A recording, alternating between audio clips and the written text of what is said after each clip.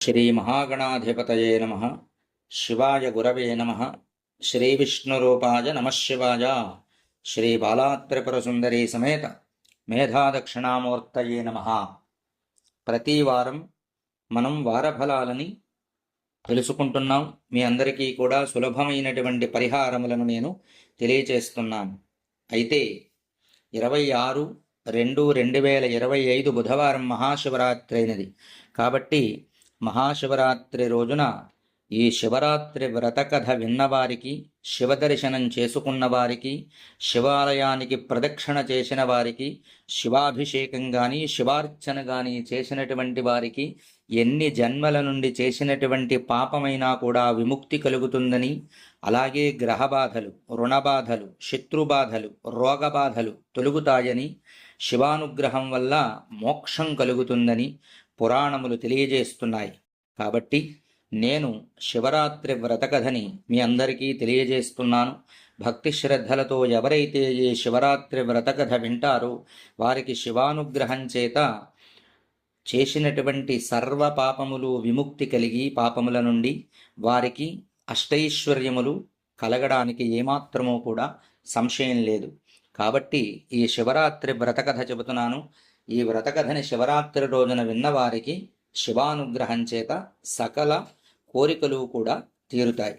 ఈ వ్రతకథ పూర్వం కైలాస పర్వతమున పరమేశ్వరుడు కూర్చుని ఉండగా పార్వతీ అమ్మవారు స్వామివారిని సమీపించి అమ్మవారు అడుగుచున్నారు, మహానుభావ పరమేశ్వర, ఏ వ్రతము చేసినా సమస్త జనులకి సకల సంపదలు కలుగును, రోగము నుంచి విముక్తి కలుగును, రుణముల నుండి విముక్తి కలుగును, పూర్వజన్మ కృతమైనటువంటి పాపము చేత వచ్చినటువంటి వ్యాధులు విడిచిపెట్టును, మోక్షము కలుగును.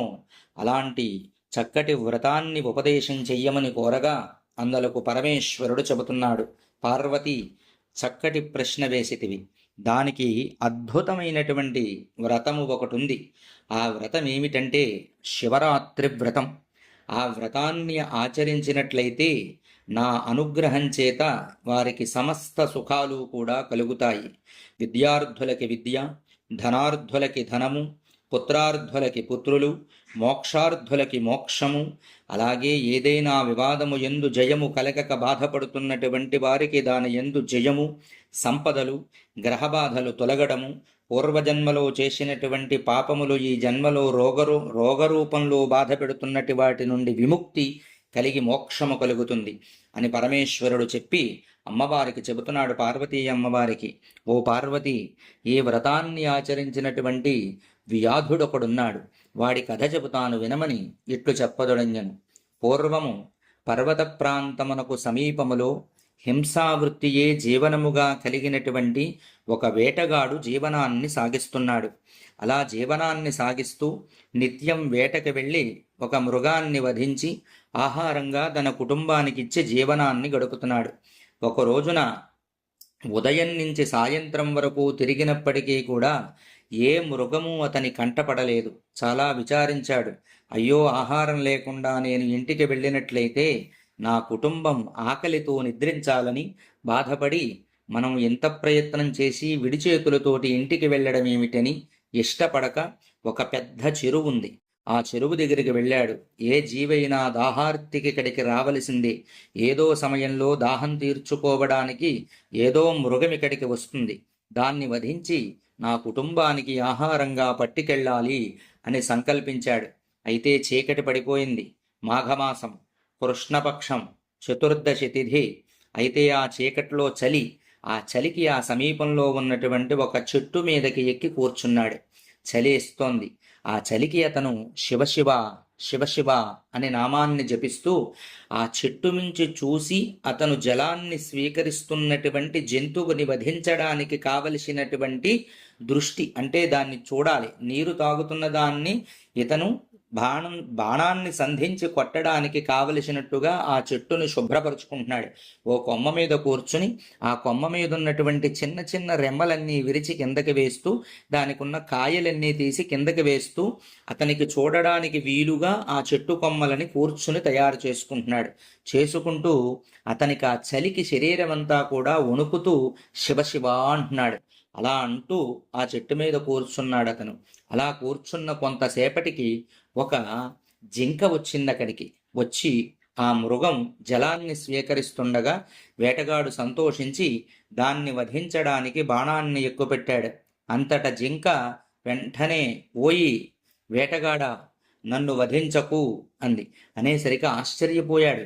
ఆశ్చర్యంతో దానికేసి చూస్తున్నాడు.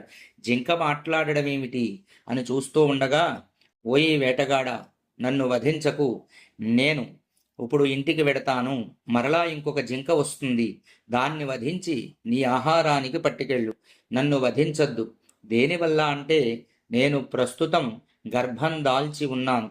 నేను ప్రసవించి నాకు పుట్టినటువంటి బిడ్డని నా బంధువులకి ఒప్పగించి నేను మరలా వస్తాను అని నా పూర్వజన్మ వృత్తాంతాన్ని చెప్పుచున్నాను వినమని ఇట్లు చెప్పింది ఆ జింక. నేను పూర్వజన్మలో రంభయను అప్సరసను. అయితే నేను కామవాంఛ చేత హిరణ్యాక్షుడు అనేటువంటి రాక్షసుణ్ణి వరించాను. మేమిరువురం కూడా రతిక్రీడలో ఉండిపోయాం. శివరాత్రి రోజు కూడా మేము రతిక్రీడని సాగిస్తుండగా పరమేశ్వరుడికి ఆగ్రహం కలిగింది. రుద్రాగ్రహం చేత పరమేశ్వరుడు కోపించి, ఇంత రతిక్రీడ కలిగినటువంటి మీరు భూలోకంలో 12 సంవత్సరములు జింకలుగా జీవించి తదనంతరం వ్యాధుడొకడు మిమ్మల్ని వధిస్తాడు. వధించిన తర్వాత మోక్షాన్ని పొంది మరలా మీరు మీ పూర్వజన్మలోకి ప్రవేశపడుదురుగాక అని శపించను. ఇంతకాలానికి నీవు మమ్మల్ని వధించడానికి వచ్చావు. అయితే నేను ప్రస్తుతం గర్భిణిని కాబట్టి అవధ్యను అంటే వధించడానికి వీలు లేనటువంటి దానిని ప్రసవించి నేను బయలుదేరి మరలా వస్తాను. నీవు నన్ను వధిద్దిగాని అంది. సరే నిజమని నమ్మి దాన్ని విడిచిపెట్టాడు. అక్కడికి ఒక జాము పూర్తయింది. కాలక్షేపం అవ్వక మరలా ఒక్కొక్కకు కోస్తున్నాడు, కిందకి వేస్తున్నాడు. ఆ రెండవ జాములోకి వచ్చేసరికి మరలా ఇంకో జింకొచ్చింది. ఆ వచ్చినటువంటి జింక నీరు తాగుతూ ఉండగా ఆ జింక మీదకి మరలా బాణాన్ని సంధించాడు. సంధించేసరికి ఆ జింకంది, ఓయి వ్యాధుడా, నేను విరహముతో కృషించిపోయాను. చిక్కిపోయి ఉన్నటువంటి జింకని నీవు నన్ను వధించడం చేత నీ ఇంటికి ఆహారం కూడా సరిగ్గా పట్టుకుని వెళ్ళలేవు. నా ఆహారం నీకు కూడా సరిపోదు. కాబట్టి కొంచెం బలిసినటువంటిది బలమైనటువంటిది మగజింక ఒకటి మరలా వస్తుంది. ఓవేళ అది రాని ఎడల నేనే నీ దగ్గరికి మరలా ఉదయాన్నే వస్తాను. నన్ను వధించి ఆహారంగా స్వీకరించు, నా మాట నమ్ము అని ఆ జింక వెళ్ళిపోయింది. మరలా కొంతసేపటికి పెద్ద జింక బలమైనటువంటిది మగజింక వచ్చి జలాన్ని స్వీకరిస్తోంది. అప్పటికి 2 జాములు పూర్తయ్యాయి. 3వ జాము ప్రారంభమైంది. ఆ 3వ జాములో ఆ మగజింకని చూసి బాణాన్ని సంధించాడు. సంధించగానే ఆ మగజింక అంటోంది, ఆ 2 జింకలు నన్ను చంపమని చెప్పి నీకు చెప్పాయా అని అడగగానే ఆ జింక ఆ ప్రశ్న వేసినటువంటి ప్రశ్నకి వేటగాడు ఆశ్చర్యపోయాడు. సరే, నీవు నన్ను వధించి ఇంటికి తీసుకెడిది కానీ ఇంటి దగ్గర నా భార్య ఋతుమతి ఉంది. నా భార్యతోటి కొంతసేపు నేను గడిపి బంధుమిత్రుల ఆజ్ఞ తీసుకుని ఉదయాన్నే నేను బయలుదేరి నీ దగ్గరికి వస్తాను. నన్ను వధించు, నా మాట నమ్ము అని ఆ జింక కూడా వెళ్ళింది. 3 జాములలో 3 జింకలు బయలుదేరి వెళ్ళిపోయాయి. ఇంకా అక్కడే కూర్చుని ఆ చెట్టునున్నటువంటి ఆకులు కోసి కిందకి వేస్తూ అలాగే చూస్తున్నాడు. 4వ జాము కూడా అయిపోయి సూర్యోదయం అవుతుండగా చెట్టు నుంచి కిందకి దిగి బయలుదేరి ఆ వేటగాడు ఇంటికి వెళ్ళిపోయాడు. అలా ఇంటికి వెళ్ళిన వేటగాడి ఇంటికి ఈ జింకలు 3 బయలుదేరి వెళ్ళి ఆ వేటగాడిని అంటున్నాయి, నన్ను వధించి నీవు ఆహారంగా తీసుకో అని మొట్టమొదట వచ్చినటువంటి ఆడజింక చెప్పింది. అలా కాదు, ఆ జింకని వధించకు, ఆ జింకకి సంతానం ఉంది, ఆ జింక ఆ సంతానాన్ని పోషించాలి, నన్ను వధించమని ఇంకొక జింక చెప్పింది. ఆ జింకని చూసినటువంటి మగజింక ఆ 2 జింకల్ని విడిచిపెట్టి నన్ను వధించమని ఆ జింక కోరింది. అంతట వేటగాడు చాలా బాధపడ్డాడు. నేను చేస్తున్నటువంటి ఈ భయంకరమైనటువంటి ఈ పనిచేత ఇంత కర్మ నన్ను పట్టి పీడిస్తుందా? 3 జింకలు నిన్న రాత్రి ఉదయాన్నే వస్తాయంటే వెళ్ళిపోయిన జీవి మరణించడానికి మళ్ళీ వస్తుందా అని అనుకున్నాను.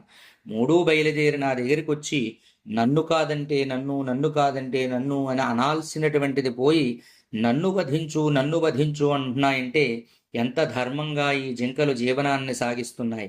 కాబట్టి ఇంత క్రూరమైనటువంటి జీవనాన్ని సాగించి ఆహారాన్ని సంపాదించి ఎంత భయంకరమైనటువంటి పాపాన్ని నేను చెయ్యలేను అని అతని చేతిలో ఉన్నటువంటి ధనుర్బాణాలను కింద పడేశాడు. ఈ రోజు నుంచి నేను నా కుటుంబ పోషణ కోసం కావలసినటువంటి ఆహారాన్ని పట్టుకెళ్ళడానికి వధ అనేటువంటిది నేను ఈ రోజు నుంచి చేయను అని వెంటనే నమస్కారం చేసి శివ అన్నాడు. అనేసరికి ఆకాశం నుంచి పుష్పవృష్టి అంటే పువ్వులు కురుస్తున్నాయన్నమాట వేటగాడి మీద. కొంతసేపటికి దేవదుందుభులు అంటే దేవతలందరూ కూడా వాళ్ళు ధ్వనులు నాదం చేస్తున్నారు. ఆ తర్వాత ఇంకొంతసేపటికి మనోహరమైనటువంటి అద్భుతమైనటువంటి విమానం ఆకాశం నుంచి ఆయన ఎదురుగా దిగింది. శివదూతలు దాని నుంచి బయటికి దిగి ఓ మహానుభావ, శివానుగ్రహాన్ని పొందావు నీవు ఎన్ని పాపాలు చేసినా సరే దాని నుంచి నీకు విముక్తి కలిగింది, నీకు శివలోకం ప్రాప్తించింది అనగానే అతను అంటున్నాడు, నేను ఏం చేశానని నాకు శివలోకం ప్రాప్తించింది? దేనివల్ల నాకు మోక్షం కలిగింది? నేను చేసినటువంటిదంతా కూడా క్రూరమైనటువంటి పని.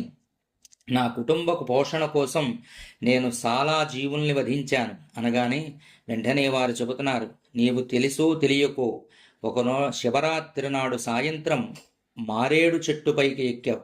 ఆ చెట్టు మీద కూర్చున్నటువంటి నీవు కింద ఆకులలు కప్పబడినటువంటిని స్వయంభూగా ఉద్భవించినటువంటి అద్భుతమైనటువంటి మహిమ కలిగినటువంటి శివలింగం ఒకటి దాగి ఉన్నది.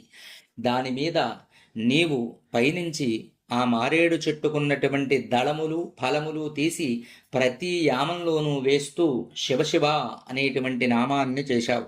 శివరాత్రి చాలా గొప్పది కాబట్టి ఆ శివరాత్రి జాగరణ ఫలం, శివరాత్రి రోజున 4 యామములు భగవంతుణ్ణి అర్చించినటువంటి ఫలం, అలాగే విశేషమైనటువంటి మారేడు చెట్టుని ముట్టుకున్నటువంటి ఫలం, అలాగే అద్భుతమైనటువంటి మారేడు దళములతోటి ఫలములతోటి భగవంతుణ్ణి ఆరాధన చేసిన ఫలం, శివరాత్రి జాగరణ చేసినటువంటి ఫలం చేత నువ్వు కొన్ని జన్మల నుంచి చేసినటువంటి ఉత్కృష్టమైనటువంటి పాపములన్నీ కూడా నిన్ను విడిచిపెట్టి నీ యందు శివానుగ్రహం కలిగి నీవు శివలోక ప్రాప్తికి అర్హుడవయ్యావు రా అని శివలోకానికి ఆయన్ని తీసుకెళ్లడానికి సంసిద్ధుణ్ణి చేశారు. అనంతరం అక్కడ ఉన్నటువంటి ఆ మృగరాజాలన్నింటినీ కూడా చూసి వాటికి చెబుతున్నారు, ఓయి మీరు కూడా శివరాత్రి రోజున ఇతనికి శివారాధన చెయ్యడానికి సహకరించినందున, ఇతనికి ఆ ఆలోచన కలిగినందున మీ ముగ్గురు కూడా కారకులయ్యారు కాబట్టి శివుడు ఇచ్చినటువంటి శాపం అతని చేత వధింపబడాలి మీరు. కానీ శివానుగ్రహం అతనితో పాటు మీకు కలిగింది కాబట్టి మీ ముగ్గురు కూడా నక్షత్ర మండలంలో నక్షత్రములుగా ప్రకాశవంతంగా ఉండుగాక అనేటువంటి వరాన్ని పరమేశ్వరుడిచ్చాడు.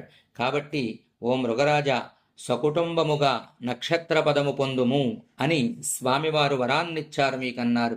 ముందు 2 జింక పిల్లలు కూడా 2 చిన్న నక్షత్రముల కింద, వెనుక ఒక మృగము పెద్ద నక్షత్రము కింద స్థానము పొందినందున నక్షత్ర మండలములో ఆ నక్షత్రమునకు మృగశిర అనేటువంటి నామం వచ్చింది. మృగశీర్ష అనేటువంటి నామంతో ఆ నక్షత్రం ఈ రోజుకి కూడా నక్షత్ర మండలంలో ప్రకాశవంతంగా ప్రకాశిస్తోంది.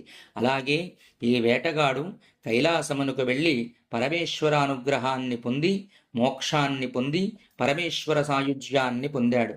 కావున శివరాత్రి రోజున ఎవరైతే శివారాధన చేస్తారో, శివ దర్శనం చేస్తారో, శివాభిషేకం చేస్తారో, శివాలయానికి ప్రదక్షిణలు చేస్తారో వారికి శివానుగ్రహం చేత వారి వారి యోగ్యతను బట్టి శివానుగ్రహం కలుగుతుంది అని పురాణములు తెలియజేస్తున్నాయి.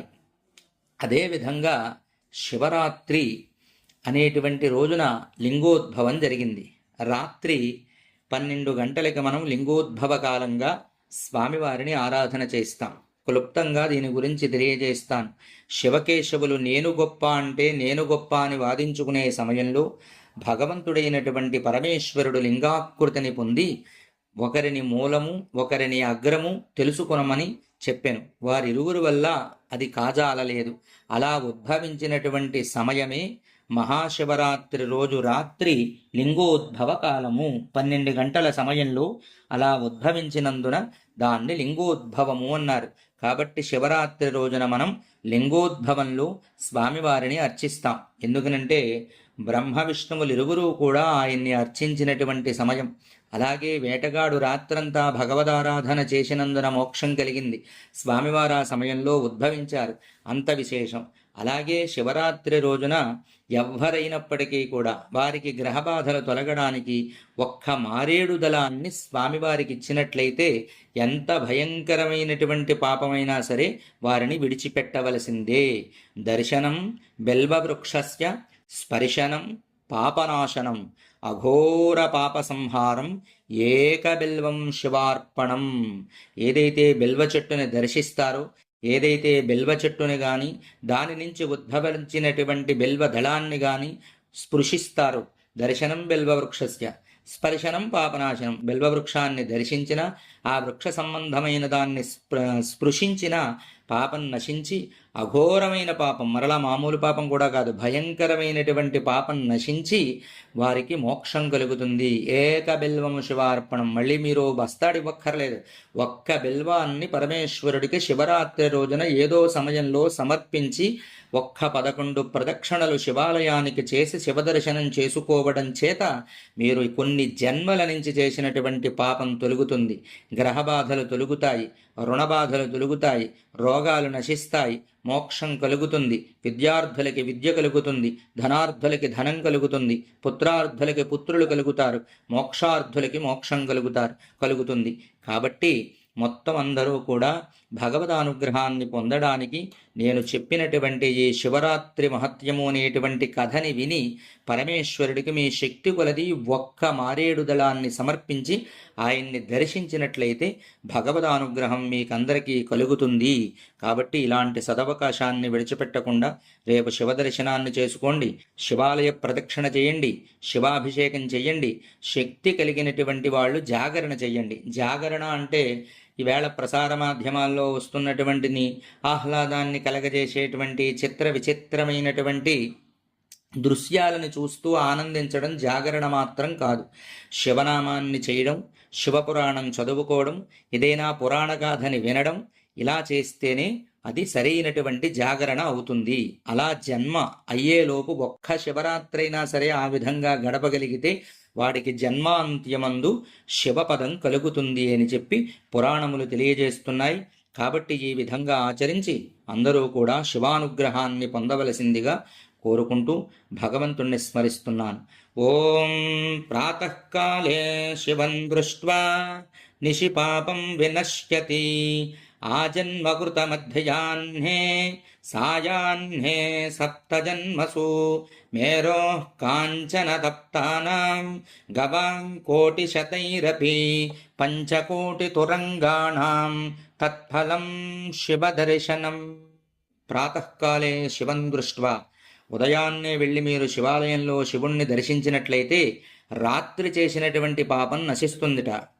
ఆజన్మకృత మధ్యాహ్నే, ఈ మానవ జన్మ ప్రారంభం నుంచి మీరు రేపు దర్శనం చేసుకున్నట్లయితే మధ్యాహ్నం జన్మ ప్రారంభం నుంచి మీరు దర్శనం చేసుకున్న సమయం వరకు చేసిన పాపం నశిస్తుందిట.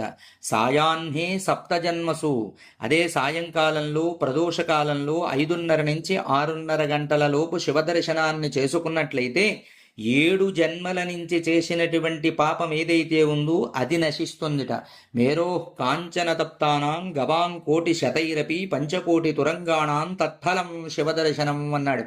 మేరో కాంచన తప్తానాం అంటే మేరు పర్వతం ఎంతైతే ఉందో అంత బంగారాన్ని, మేరో కాంచన తప్తానాం గవాం కోటి శతైరపి అంటే 100 కోట్ల గోవులని, పంచకోటి తురంగాణం 5 కోట్ల గుర్రములని దానం చేసినటువంటి ఫలితం శివరాత్రి రోజున శివదర్శనం చేసుకోవడం వల్ల కలుగుతుంది అని పురాణం చెబుతోంది.